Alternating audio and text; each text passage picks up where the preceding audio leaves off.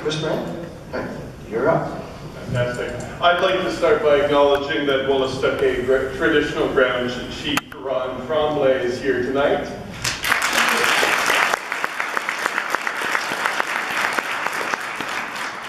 And I'd like to thank Mayor and Council and everyone here from town for coming tonight and showing how concerned you are about this topic. My name is Chris Durrant. I work as a lawyer downtown at the law firm of Lamrocks Law. And like most folks here, I became concerned about this topic at the end of May. Then being a lawyer, I decided, well, let's dig into the laws about this, and it took me to the Heritage Preservation Act. And reading it through, I discovered, as most people here have, okay, so the Garrison District, along with Officer Square, is a provincial heritage place.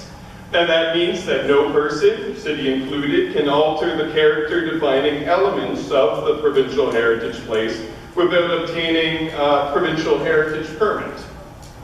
So I used the Right to Information system and received copies of the permits, which are also displayed here tonight. And I saw, oh, okay. So May 17th, 2016, the city gets sort of a general permission from the Minister of Heritage to look into making alterations to the square, the lawn, the performance plaza. But it says the activity is approved subject to the approval of final plans and specifications for the project. Now, the second heritage permit I received is dated June 14th, 2018. And on this permit, they received permission to cut down trees, 11 through 15 inclusive, and to remove and replace the existing retaining wall and ornamental fencing, what we've seen come down near Point St. Anne's. Now, what's interesting is June 14th, 2018. We know that Point St. Anne was being worked on before this date. So it just, as a citizen, it raises questions to me.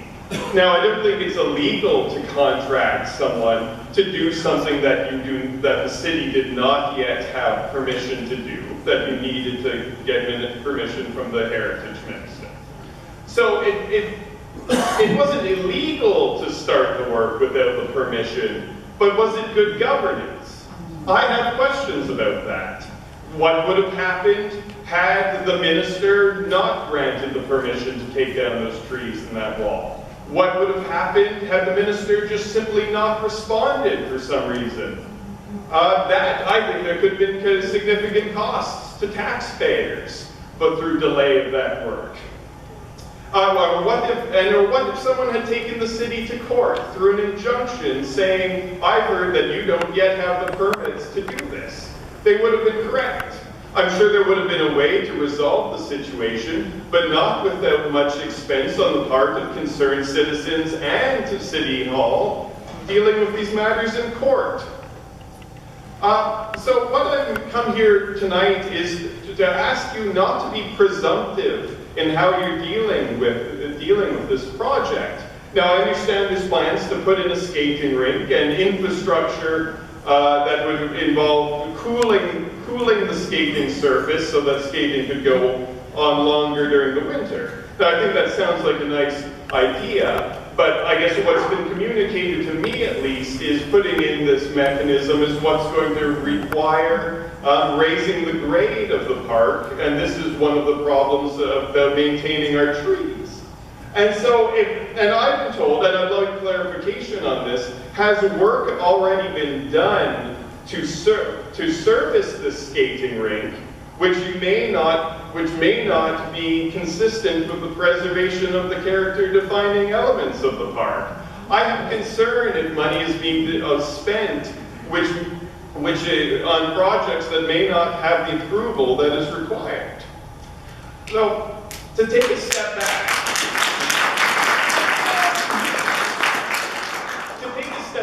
to the bigger picture. I know that Fredericton owns the Garrison District and Officer Square right now, that it has been transferred from the province. But because of the provincial heritage place designation, it is the people of New Brunswick that continue to own to own the Garrison District. It belongs to us as a people.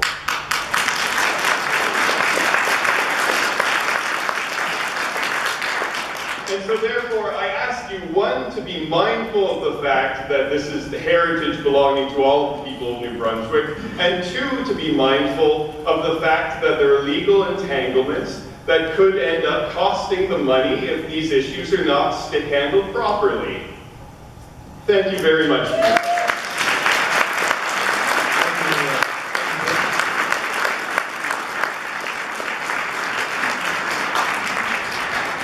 our next presenter was going to be